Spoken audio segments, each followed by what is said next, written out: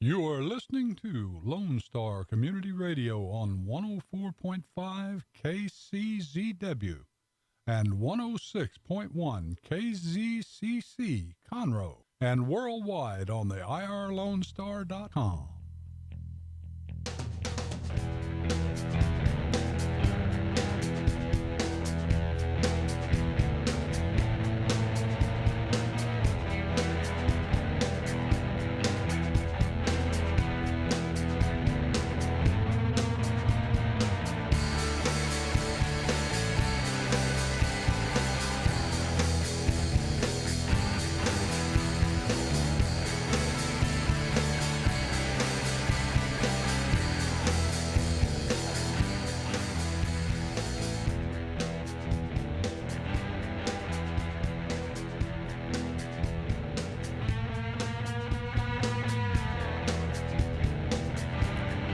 Welcome to the Legal Connection Show. This is Tony Collins, and my co-host Cheryl Ellsworth Jahani and I are here for the next hour to discuss legal issues that affect the community.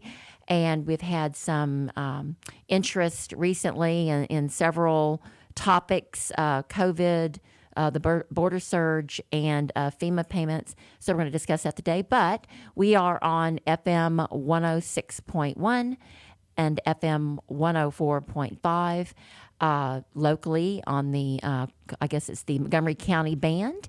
And you can also get us on Facebook at thelegalconnectionshow.com. And if you put thelegalconnectionshow.com in the internet, we also have YouTube. So if you missed part of the show, you can go back and review it later. Okay, so today we are going to talk about the COVID vaccination and how you can get it and who qualifies in Montgomery County.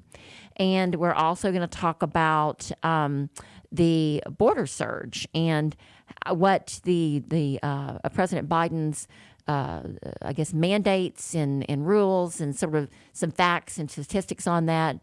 And I guess you can glean from that how you may be affected.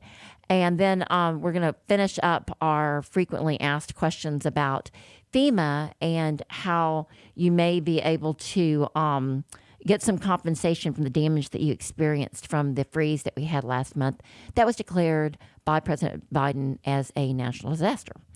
So, okay, the COVID-19 vaccine information. And I just want to say that I, fell into the category that could get a vaccination, and I went over in February to go have the vaccination that where you have two different doses, not just the one. I think there's Pfizer and Moderna and one other, but I'm not familiar with all the different ones. I only know the one I got. And when I went back after the 2 weeks to get the second dose, because I'm only partially immune at this point, they were closed. It looked like, I guess, Chernobyl. It looked like a nuclear blast had gone off. It was completely empty. There was no longer the car drive-through like they had before. So I went in after kind of searching around where it may be, and they said that you would have to go in by appointment for your second dose. And then they never called me back, and it's been over a month now. So I tried to start doing some research on it, and I discovered that it's really difficult to get information on how to get your COVID-19 vaccine. And so we're going to go over that just a little bit today. If you're in the Montgomery County area, I know there's different places you can go. You can go in Houston. I believe that you have to schedule an appointment, but you can also go to smaller cities outside of Houston. And I know my co-host Cheryl, who is not in today, she had gotten her second dose by driving up to Cleveland. She just went in, and there was a clinic there, and she was able to show her little card and got her second dose. I was not so successful. And so here's what you need to do. If you, first, who is eligible for the vaccine?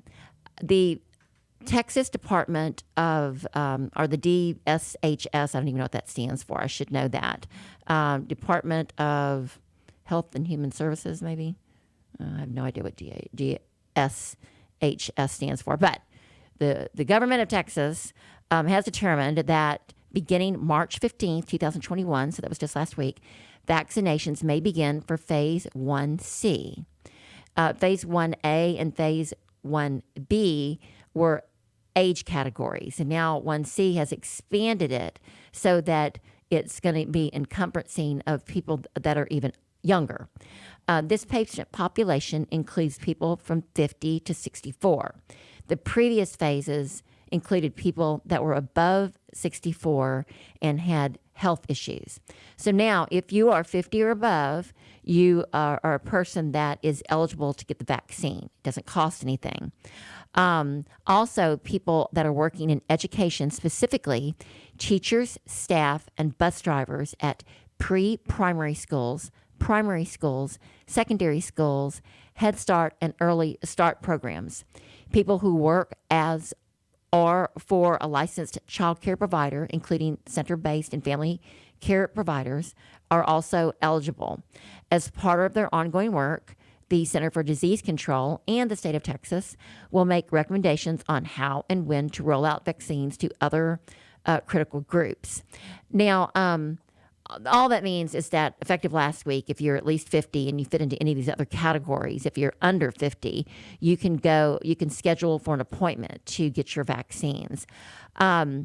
I called back the number that they gave me when I couldn't go back in after the freeze to get my second vaccination, to no avail. That you get a recorded line. And when I emailed, the email wouldn't submit. And so I'd actually gone into the hospital and they gave me a phone number and said I needed to call. When I called, I got a recorded message. This morning, I went to the www.stlukeshealth.org-COVID vaccine. When I entered that, it gives you an interactive form that you can fill out. And I don't know, let me see if I can show this. Is that on the screen? I can't really tell, but it looks like this. And it's just a couple of little blanks that you fill in. And basically, you are scheduling an appointment to get your vaccine. So when you go in, you wait in line, and I guess you still socially distance, and you have the mask and all that stuff on. And then they'll give you a little card and ask for your ID, and then you get the vaccine. This is the first time I was actually able to coordinate with them through any method of communication, was through this email. And they immediately emailed me back with one of those robo emails that said that they would get back with me on setting up a schedule. The reason that I'm having to go through this instead of just going to get my second vaccine is because I can't get a hold of anybody. And I believe that once I go in, they'll either tell me that the second vaccine will no longer, it's going to be obsolete because I've waited too long, or they'll give it to me, whichever they want. One I want, or not that I want, but what they determine is the best method to become, I guess, free from COVID-19 symptoms or whatever. The vaccine's purposes are so that I won't, so I'll be able to travel and I won't get sick, I guess. But at any rate, I wanted to get it because it was a little bit more critical now than I had thought, is because I still have friends that are in their 50s, healthy, active, just like I don't know, they don't. There's nothing wrong with them. They don't have any previous existing conditions, and they're dying. People are still dying of COVID. My best friend's daughter's best friend's mother, it's a little bit far removed, but someone that's close to my age, she's 55. She got sick last Thursday with a cough, and she died on Sunday of COVID. So she didn't go to the hospital. I guess she thought this is nothing, and then she died at home. And that's just stunning because this is a fairly young woman at 55 that, definitely younger than me, who died suddenly of COVID. And so I think the vaccine is something that I'm looking into a little bit more seriously than I did. And for full disclosure, for anybody actually watching our Facebook Live and may watch the podcast later, I was telling station manager Dick here a few minutes ago, I was rollerblading during spring break in my backyard. We have a tennis court, and I just finished blowing it. My daughter bought me these amazing rollerblades from Impala, and I had them set with a rocker so I could spin. And I was all excited. Had great music on, and I hit an acorn that had fallen to the court that I didn't see, and fell on my face. And so I've got I needed stitches. It was a very serious fall. It was like a projectile. I hit the concrete and thought I had died because I heard like this watermelon sound in my head. I didn't lose consciousness. Of course, maybe I did and I don't remember, but from what I do recall, I had a bad time getting up. My body had like this reaction that I couldn't move. And when I finally did get up, I had, skin that was like, exposing the inside of my face. So I had to immediately go get stitches. And fortunately, my husband is an anesthesiologist and was able to direct me to the right places, and we got that taken care of. So my face is swollen. This is day 4 of this really traumatic fall I experienced. But that just goes to tell you that, or to show you that whether it be COVID or an accident, that you don't know, it could be very sudden that your life will be changed by some serious injury or disease. So you want to take precautions. So my precaution is in the future, I will wear a helmet when I rollerblade because I am not good enough at that particular athletic endeavor. I think that anytime you do something you don't know what you're doing or are not advanced in it, that you should take the right precautions, like when skiing. And this time I'll have knee pads, elbow pads, and a helmet until I become proficient at rollerblading. But in the interim, I just want to give a great big shout out to Dr. Kim. She did amazing.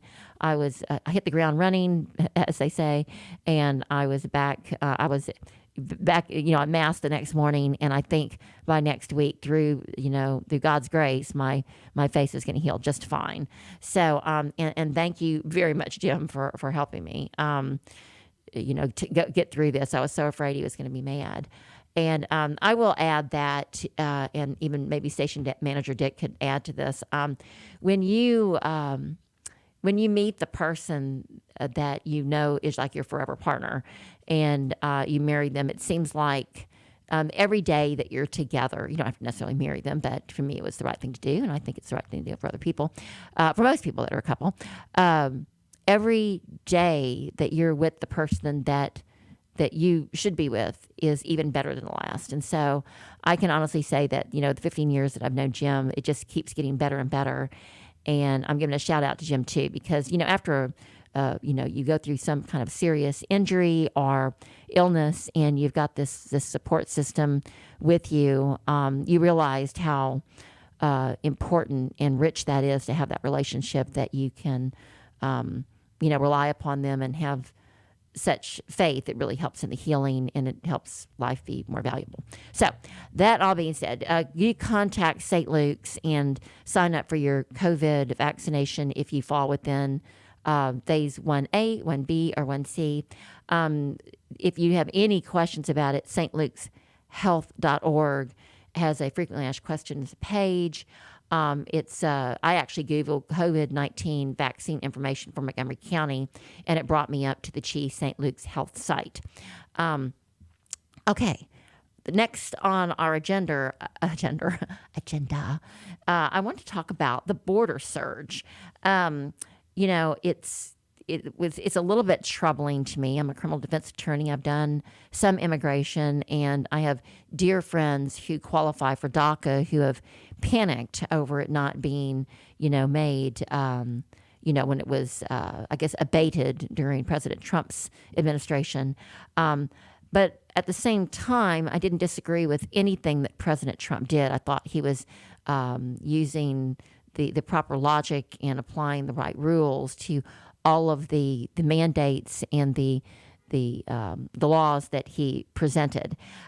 So what I was going to go over is I did a little bit of research on it to give you some facts on the border surge. So I'm not really going to be giving you I'm kind of on the fence because I have so many friends that are DACA eligible, and I love these people. And the other side, I have a lot of people that are trying to become citizens, that are doing the right thing, and they're going through the right procedures. And these people that are coming in droves across the border just without waiting in line, so to speak, and we really don't know anything about them, that isn't right. They're not following the process. And so I have, I'm adverse to that behavior. And so here is what I learned. There are 14,000 minors currently in custody. And this was just, I was reading these facts off of, I think it was NPR and the NBC news sites today. 14,000 minors are currently in custody. What the government is currently doing is they are trying to match the minors that come across the border that are unaccompanied by an adult, and that's any person that is under 18 years old. What the government is trying to do is they take the minors into custody and they try to match them with foster homes or match them with any family, whether they're here legally or not, so that they can send them there. And so what that's doing is basically promoting parents or teenagers that are not citizens to come up knowing that if they don't have any documentation, but if they say they're under 18, they get to come through into the border. And if they can just give a phone number and somebody says they're a relative, they get to go with them. So that's a little bit crazy, but that's what's going on. I was watching a news brief this morning, and it showed it was on ABC's news. They were interviewing small children that were with their parents. So I don't know how they were talking with them, but these really cute kids, but it was sort of it almost seemed like propaganda to me. They were showing where they had phone numbers in their pocket and on their hats, and they were being told who, for the Border Patrol, who to call to get them to these numbers, which to me, again, could be a ruse and maybe not safe, but that's what they were doing. They said that the border surge is at a 20-year high. The people coming over the border that are not legal is at a 20-year high as of this month. There were 1 million people, I'm looking at my notes, 1 million people that crossed the border, and I can't tell what the time frame is, so let me go to the next note, sorry. Let's see. People are being let in at the border. If they're coming through a border checkpoint, they are stopped. And according to NBC, adults are turned back, not taken into custody. They're turned back, which means that they could probably come through at a different checkpoint or where there's not a checkpoint. And the kids are taken through with whatever credentials or information they have, and they're put into these holding facilities. And what I've learned now is that through another news organization is that they'll bus them to Dallas, where they're opening up another facility. And the argument was, that this one commentator was making was, why did President Biden, shouldn't President Biden have waited for the proper FEMA infrastructures to be in place before reversing all of Trump's mandates, if they knew that there was going to be this surge, and it was foreseeable if you just opened the borders up, and that we would have this influx of people that we couldn't take care of during a pandemic. But there was no explanation, and President Biden won't answer that nor come to the border. He said it's not on his agenda to come down and see what's going on. Let's see. It says the border is allowing in asylum seekers. If the people coming over the border say that they're coming over because of the cartel or they feel unsafe, whether or not that's true or not, if they say that, they're asylum seekers and they're allowed to come in to the United States without even getting the ICE or the border control authorities to have them set for a date to reappear into immigration enforcement. In other words, they're allowing the migrants they're not even allowing, they're just leaving it up to the people that are coming over, the migrants, to self-report. So that's kind of what's going on right now. The DREAM, DACA, which is, it's the DREAM bill, has 4 million children in it right now that have lived here since they were one. They were brought over here as babies, and they really don't know any other country but America. President Biden has set up I don't know if it's a bill. I should know more about this being an attorney, but he has rescinded the President Trump's mandates, and they're filibustering it. The Congress is, but it has not passed yet. And the intent is for the DREAM Act to be reinstated so that any children that came over here and they fit the criteria from being here for a certain period of time, as children brought by their parents, then they will get to stay if they don't have any the crimes, and there's certain criteria they have to meet to be able to stay. That's different from asylum seekers. DACA is people that were here for a certain period of time, and they meet criteria, and they're whatever as children, and they're probably teenagers or even in their 20s by now.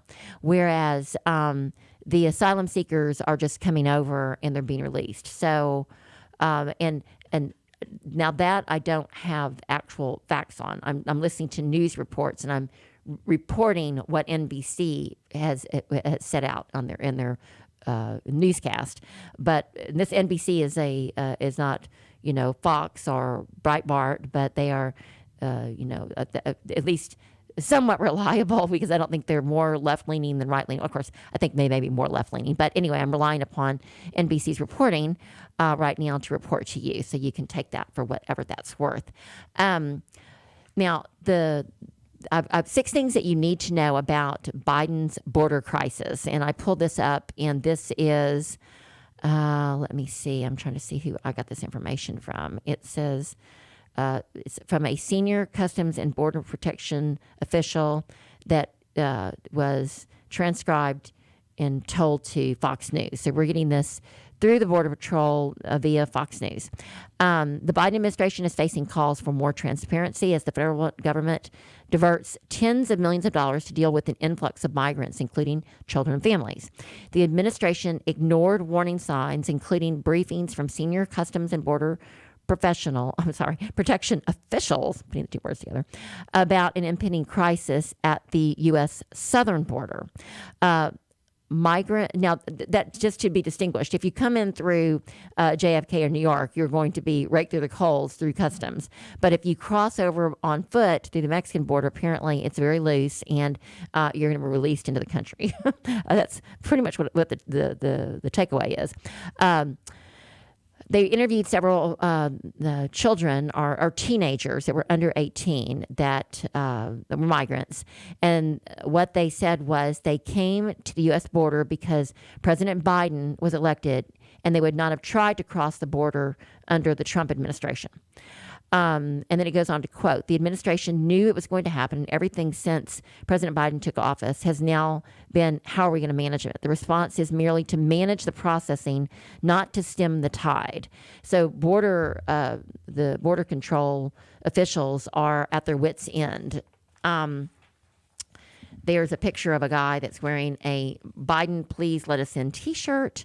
Part of the problem was because during COVID, when President Trump had shut down letting even asylum seekers in, when President Biden opened it up, there was now people waiting at the gates, at the floodgates, so to speak. So everybody came in, COVID or not, and which is also creating a little bit of a problem because, as we were speaking about earlier in the show, COVID is still killing people, including people in Montgomery County and in Spring, Texas, within days of contracting it. So it's kind of serious that we still take it seriously. The situation at the southwest border is difficult, according to the Department of Homeland Security. They say that they are working around the clock to manage it and will continue to do so. It says they assert that they are making progress and are executing their plan. It will take time, and we will not waver on our commitment to succeed. And what that means in actual, in the actions that we see are taking place, are that they're basically just letting everybody in. That's the process now. Okay, so the first of the 6 takeaways is even the liberal news outlets are taking issue with the press access at the border. The ongoing influx of migrants at the border is growing so dire that CNN had no choice but to call out the Biden administration for denying it access to what many believe to be a crisis of the administration's own doing. CNN's Pamela Brown examined the migrant surge in overwhelmed Border Patrol facilities in a segment over the weekend, telling viewers that, quote, as the situation at the U.S.-Mexican border gets worse, the media is being kept from it. And an award-winning photojournalist blasted the Biden administration for giving, quote, zero access to the media to observe customs and border protection operations at the southern border. And we know that to be the case because President Biden issued a mandate to the federal agency, which is Borders and Customs, the Customs and Border Protection Office, that they were not allowed to make any statements to the media before they ran it past the executive branch. But when it's run by the executive branch, they're ignored, are told no. So I know that we had a couple of Texas senators that went down there with their camera crews, and those images are horrendous at the number of children. These are just the children that are being housed within these camps. And my understanding is either one of two things are happening, and it has not been determined. The Biden administration is saying that they are sending unaccompanied people that are not unaccompanied minors back across the border, which means really nothing, so you come back through again.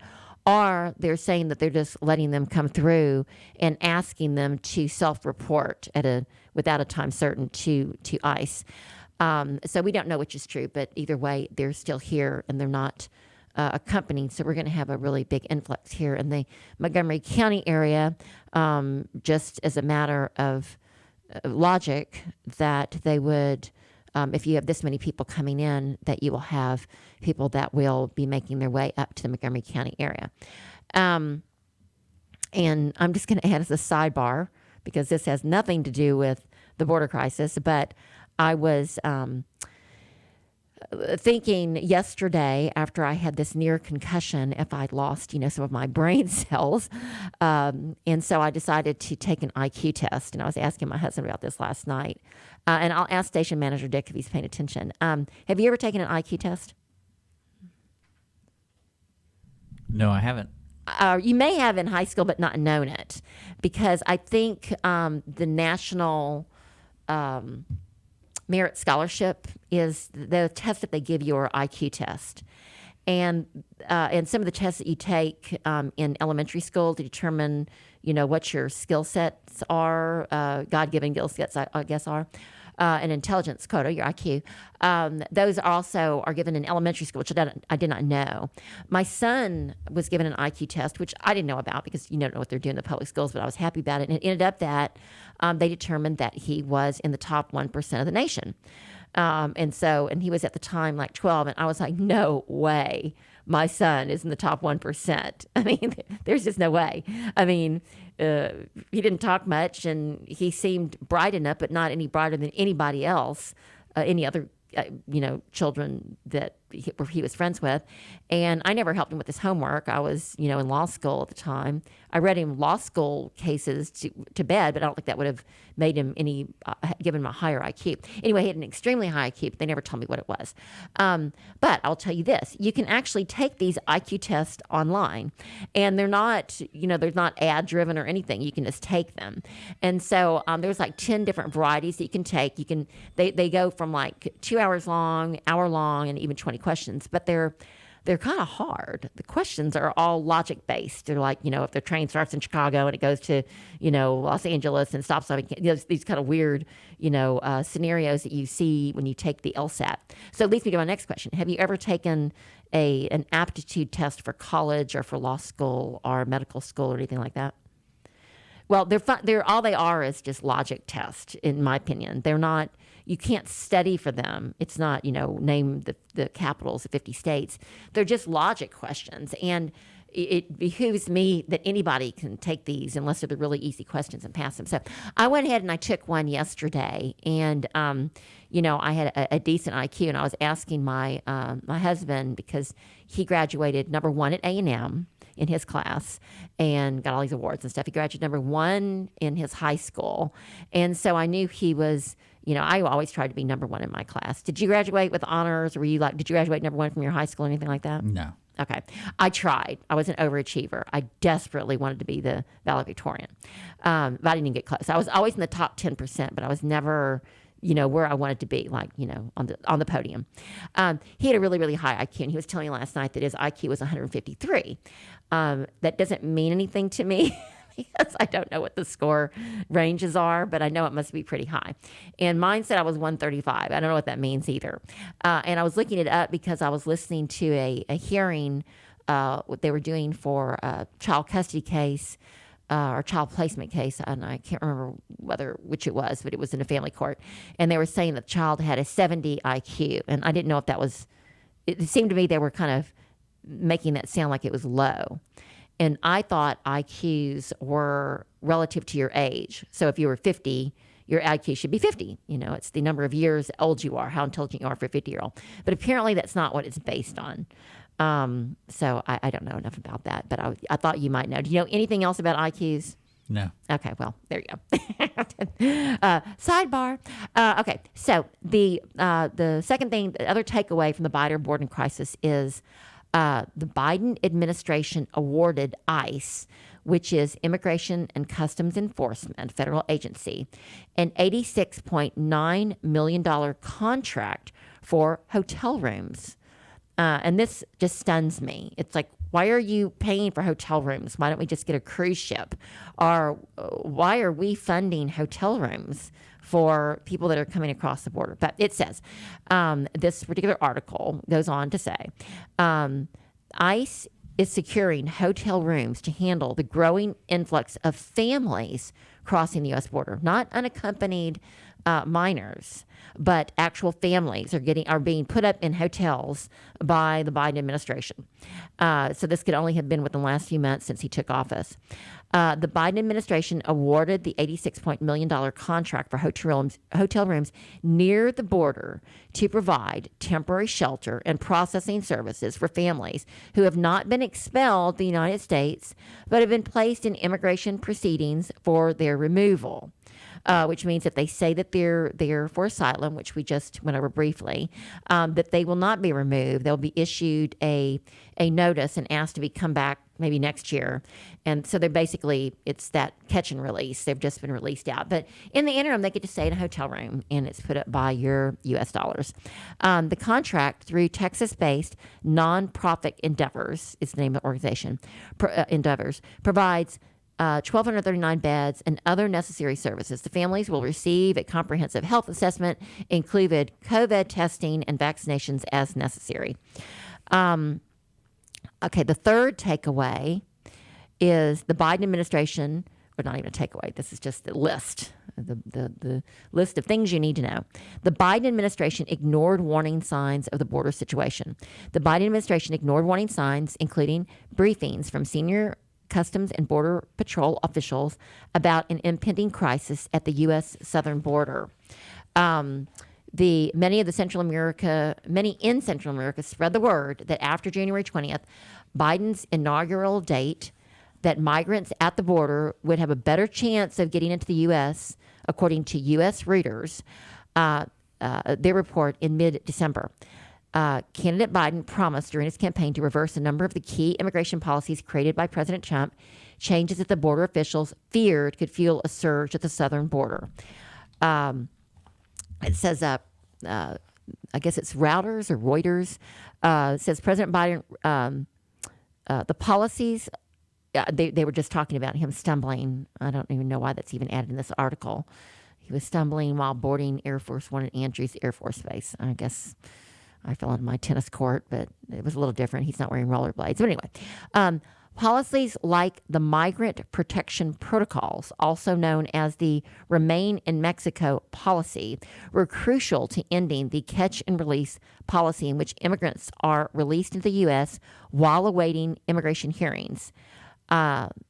If this Migrant Protection Protocol policy is to go away, it will be absolutely devastating, according to the Customs Border Patrol Commissioner at that time in November.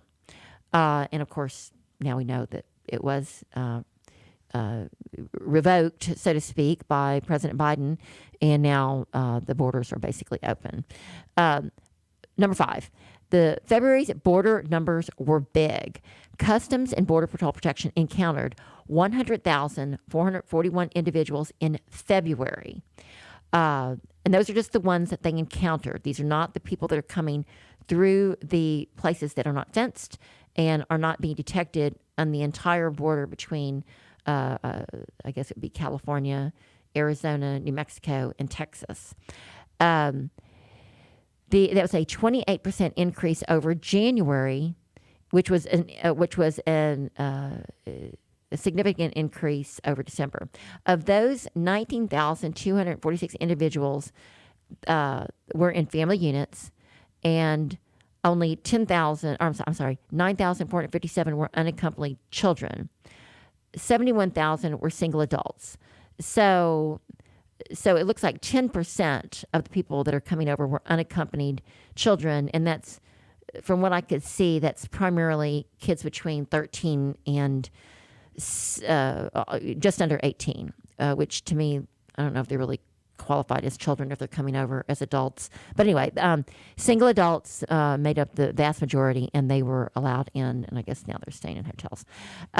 Number 6, border facilities are crowded despite the pandemic.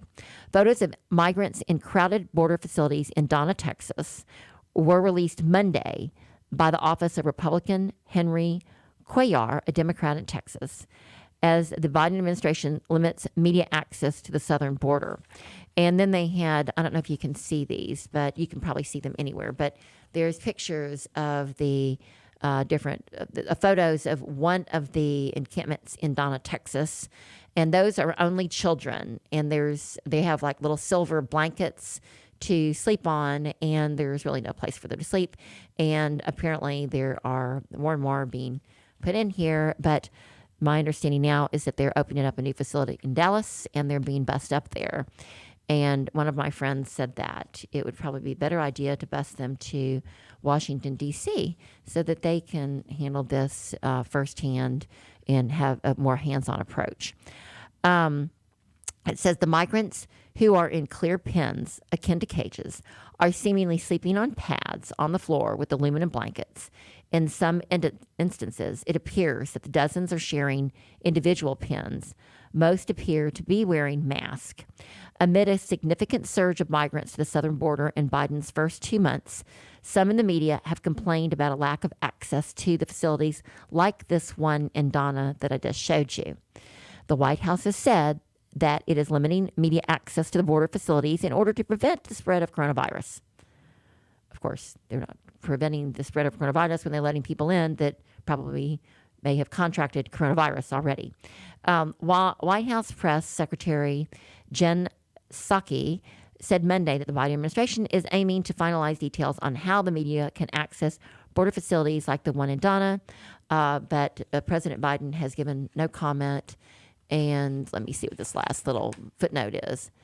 Let me see. It just says that these quotes are from Fox News, and they've cited Reuters and NBC, but where the people have made quotes for.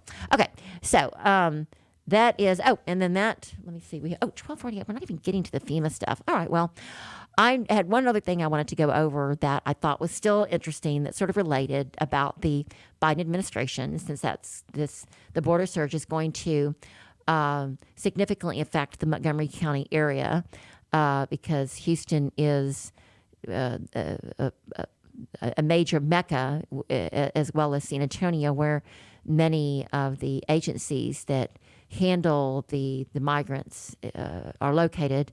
And so Montgomery County, being a continuous county, is going to be significantly affected, probably if not now, in the next few months, in a way that we have not seen previously. Okay, so from preserving DACA to joining the Paris Climate Accord, President Biden has wasted no time in changing many of President Trump's mandates. And so I just have a list. So you can, I don't usually get the bullet points, but I think it might be informative to our listeners to hear, because it kind of runs the gambit of things that he's done. And this is a legal show to keep you informed. And, for Station Manager Dick's benefit, if no one else's. I'll read these out. Okay, so he stopped the withdrawal from the World Health Organization, the WHO. Last July, Trump announced plans to reverse the United States' involvement with and funding of the World Health Organization. The news came as a shock to those who saw the government's mishandling of the coronavirus pandemic. Dr. Fauci, who also has been named, Dr. Fauci has also been named in the head of the delegation to the World Health Organization. The reason that President Trump withdrew our involvement was because it had very strong leanings, and it was supported by facts and evidence that the Chinese were lying about how the coronavirus had started, and that a lot of what they were saying through the World Health Organization was propaganda and not reliable. And we have high funding in the WHO. The United States gives a great deal of money toward it. And so President Trump decided that he didn't want to be putting taxpayers' money toward an organization that may not have been in the country's best interest, based on where the coronavirus had started and some of the misinformation provided by the Chinese government. But apparently Dr. Fauci is now the head of the delegation, and the withdrawal has been stopped, and we are all hands on deck, like it or not. The second thing is he installed a coronavirus response coordinator. Now, I just want to add as a sidebar, again, that I was watching some other news programs, and I believe it was ABC, that went on to say that President Trump had a doctor in place that should have gotten, and I can't remember his name, that was he wasn't named in the administration, but he was the one that set up the vaccination protocols and was the one that got all the vaccinations out and should have been given all of the glory and, maybe a Nobel Peace Prize or whatever. But he's got no credit for it, and now they put somebody else in place to handle the vaccines. And I can say that, firsthand, that it is not going well, because I should be well connected in my position as an attorney in Montgomery County with within the eligible period to get the vaccine, and with a husband who has rights in all the hospitals to practice. I should be in the know, and I have no idea what's going on, and it doesn't seem to be really managed very well. Station Manager Dick is telling me I have 2 minutes, so I'm going to kind of roll through the rest of these Biden mandates. President Biden has mandated mask wearing, which is completely adverse to the governor of Texas. He said that we don't have to. It's going to be per the individual companies and commercial establishments, whether they, and I guess religious organizations, on whether they want to enact their own rules locally, which I completely agree with. He extended the eviction moratorium to March 31st. I don't know if I'm opposed to that or not. As a landlord, I don't think it's really right that people are using the eviction moratorium as an excuse, because it's not related to COVID and they're getting all of these stimulus checks to pay the rent. He's paused student loans.